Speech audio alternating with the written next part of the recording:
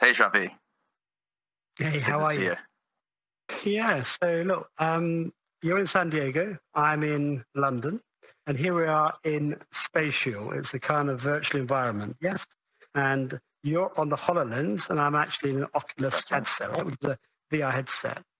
And here we are communicating and sharing assets, like a one-to-one um, conference call or indeed a consultation. In the last 8 or 9 months during the COVID pandemic, we've seen more remote consultations, different way of educating people remotely, virtually, if you like.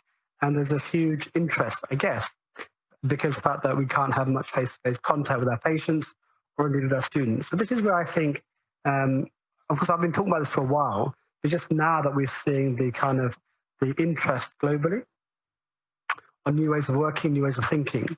And also, it's a question of actually how do you connect people more remotely, easier to overcome some of the problems with travel, distance, to give you quality of care that's equally distributed.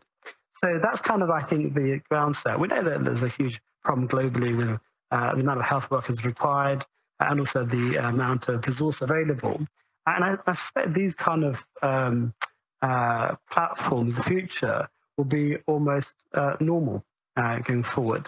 At the moment, it still feels a bit artificial, feels different for us. We're, of course, very interested in space. Of course, we need to take everyone else on our journey with us. Hopefully, in the future, we can see patients in a virtual environment. We can have conferences.